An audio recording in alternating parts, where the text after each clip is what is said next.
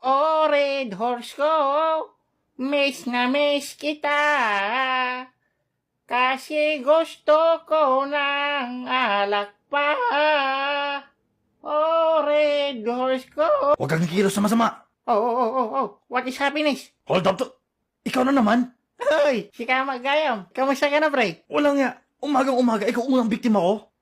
Oo nga, no. Ang swerte mo naman. Wala. Hindi na ako tulad ng dati. Ngayon, nanakawan na kita. Kundi, ibabaon ko na talaga sa'yo to. Okay. Pwede mamaya na lang, pre? Ha? Anong mamaya? Bakit? Medyo nagmamadali kasi ako ngayon eh. Saan ka pupunta?